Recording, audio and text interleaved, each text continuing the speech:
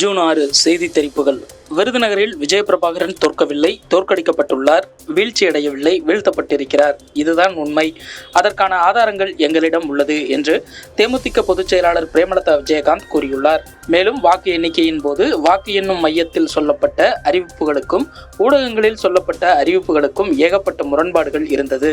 வாக்கு எண்ணும் மையத்தில் பல முறைகேடுகள் நடந்ததாக அங்கிருக்கும் அதிகாரிகளே சொல்கிறார்கள். தேர்தல் முடிவு அறிவிக்கும் முன்னதாகவே முதல்வர் 40 தொகுதிகளிலும் திமுக கூட்டணி வென்றது என்கிறார்.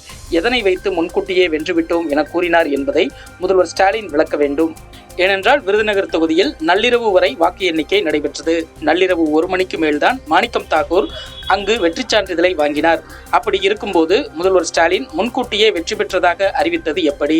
விருதுநகரில் மறுவாக்கு எண்ணிக்கை கோரி தேர்தல் ஆணையத்தில் முறையிட்டுள்ளோம் என்று தெரிவித்துள்ளார். தமிழக தலைமை தேர்தல் அதிகாரி சத்யபிரதா சாகுவை சந்தித்த தேமுதிக வழக்கறிஞர் ஜனார்த்தனன் புகார் மனு ஒன்றை அளித்தார். அதன்பின் செய்தியாளர்களிடம் அவர் கூறும்போது, விருதுநகர் தொகுதியில் பெரிய அளவில் முறைகேடு நடைபெற்றுள்ளது. உடனடியாக விசாரிக்க வேண்டும், மீண்டும் வாக்கு எண்ணிக்கை நடத்த வேண்டும் என்று கூறியுள்ளோம். மனு மீது தேர்தல் ஆணையம் நடவடிக்கை எடுக்காவிட்டால் நீதிமன்றத்தை அணுகுவதை தவிர வேறு வழியில்லை. வாக்கு எண்ணிக்கை நடைபெற்ற அன்று 9 மணிக்கு எங்கள் வேட்பாளர் மற்றும் தலைமை முகவர் உள்ளிட்டோர் எண்ணிக்கை முடிந்துவிட்டது, மாணிக்கம் தாக்கூர் வெற்றி பெற்று விட்டதால் வெளியேற வேண்டும் என்று வலுக்கட்டாயமாக வெளியேற்றப்பட்டனர். ஆனால் நள்ளிரவு 1 மணிக்குத்தான் அவருக்கு வெற்றி பெற்றதற்கான சான்றிதழ் தந்துள்ளனர்.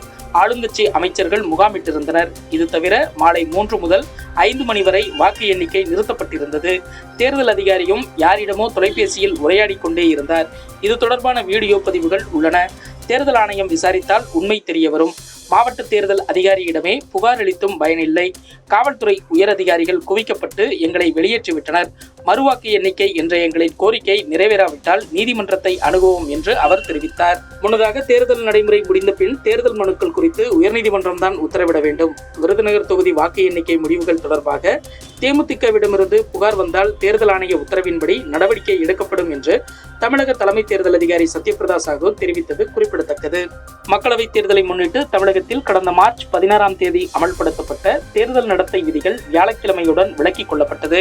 தமிழகத்தில் அரசு வேலைக்காக 53.48 லட்சம் பேர் காத்திருப்பதாக வேலைவாய்ப்பு மற்றும் பயிற்சித்துறை தெரிவித்துள்ளது. இதில் ஆண் பதிவுதாரர்களின் எண்ணிக்கையை காட்டிலும் பெண் பதிவுதாரர்களின் எண்ணிக்கை அதிகம் என்பது குறிப்பிடத்தக்கது.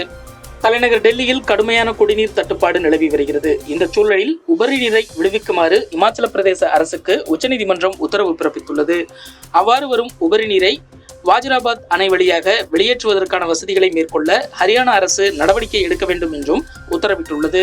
தமிழகத்தில் கோயம்புத்தூர், திருப்பூர், தேனி, திண்டுக்கல், நீலகிரி, ஈரோடு, கிருஷ்ணகிரி மற்றும் தருமபுரி ஆகிய 8 மாவட்டங்களில் வெள்ளிக்கிழமை கனமழை பெய்ய வாய்ப்புள்ளது என சென்னை வானிலை ஆய்வு மையம் தெரிவித்துள்ளது. நடந்து முடிந்த மக்களவைத் தேர்தலில் வெற்றி பெற்றுள்ள 543 மக்களவை உறுப்பினர்களில் 93% பேர் கோடீஸ்வரர்கள் என்பது தெரியவந்துள்ளது. அதாவது 543 மக்களவை உறுப்பினர்களில் 504 பேர் கோடீஸ்வரர்கள் என்பது தெரியவந்துள்ளது. இதன் மூலம் அதிக அளவிலான செல்வந்தர்கள் மக்களவைக்குள் தங்களது என்ட்ரியை கொடுத்துள்ளனர். The Association for Democratic Reformers மேற்கொண்ட ஆய்வில் இந்த தகவல் தெரியவந்துள்ளது. கடந்த 2019 தேர்தலில் இந்த எண்ணிக்கை 88% இருந்தது. 2014 தேர்தலில் 82% இருந்தது குறிப்பிடத்தக்கது. மக்களவைத் தேர்தலில் தனிப்பெரும்பான்மை இல்லாத பாஜக 3வது முறையாக ஆட்சியமைக்க ஆதரவு தெரிவித்துள்ள நிதிஷ்குமாரின் ஐக்கிய ஜனதா தளம் மற்றும் சிராக் பாஸ்வானின் லோக் ஜனசக்தி கட்சி ஆகியவை பாஜக ஆட்சியில் கொண்டுவரப்பட்ட அக்னிபாத் திட்டத்தை மறு ஆய்வு செய்ய வேண்டும் என நிபந்தனை விதித்துள்ளன. மேலும் நாடு முழுவதும் சாதிவாரி கணக்கெடுப்பு நடத்த வேண்டும் உள்ளிட்ட நிபந்தனைகளையும் இரு கட்சிகளும் முன்வைத்துள்ளன. இதனிடையே டெல்லியில் ஜூன் 9ஆம் தேதி மாலை நரேந்திர மோடி 3வது முறையாக பிரதமராக பதவியேற்க உள்ளார் என தகவல் வெளியாகியுள்ளது. ஜூன் 8இல் பிரதமர் மோடி பதவியேற்பார் என சொல்லப்பட்டு வந்த நிலையில் பல்வேறு காரணங்களால் இவ்விழா ஒரு நாள் தள்ளி வைக்கப்படுவதாக தெரிகிறது. தென் சென்னை, வேலூர், தேனி, ராமநாதபுரம், தூத்துக்குடி, திருநெல்வேலி, கன்னியாகுமரி ஆகிய தொகுதிகளில் அதிமுக வேட்பாளர்கள் டெபாசிட் இழந்தனர்.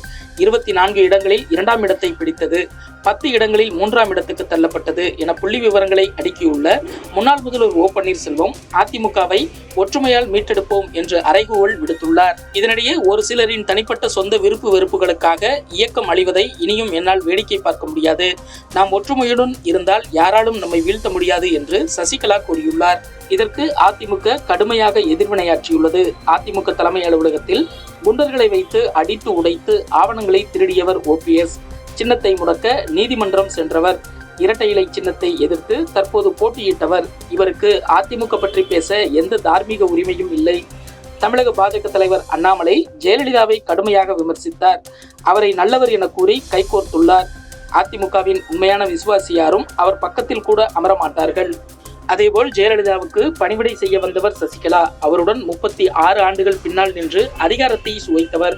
கட்டுக்கோப்பாக உள்ள அதிமுகவில் சந்தர்ப்பவாத அரசியல் செய்யும் OPS, சசிகலா ஆகியோரின் விஷம பிரச்சாரங்கள் எடுபடாது என்று அதிமுக துணை பொதுச் செயலாளர் KP முனுசாமி பதிலடி தந்துள்ளார்.